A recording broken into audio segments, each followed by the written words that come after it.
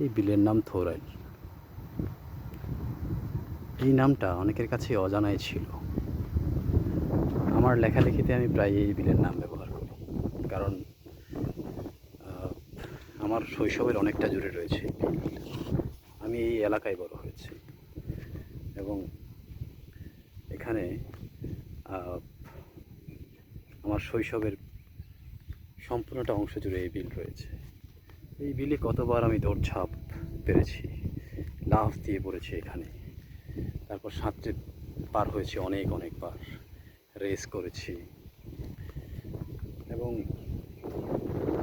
এই বিস্তীর্ণ জলরাশি, এই সুন্দর একটি নৌকা, এই সম্পূর্ণ ব্যাপারটি অত্যন্ত চমকপ্রদ।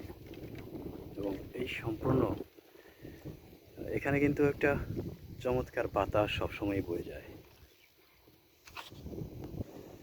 এখানে একটি বসার আসনও রয়েছে এবং সেখানে আমি বসে আছি এই মুহূর্তে।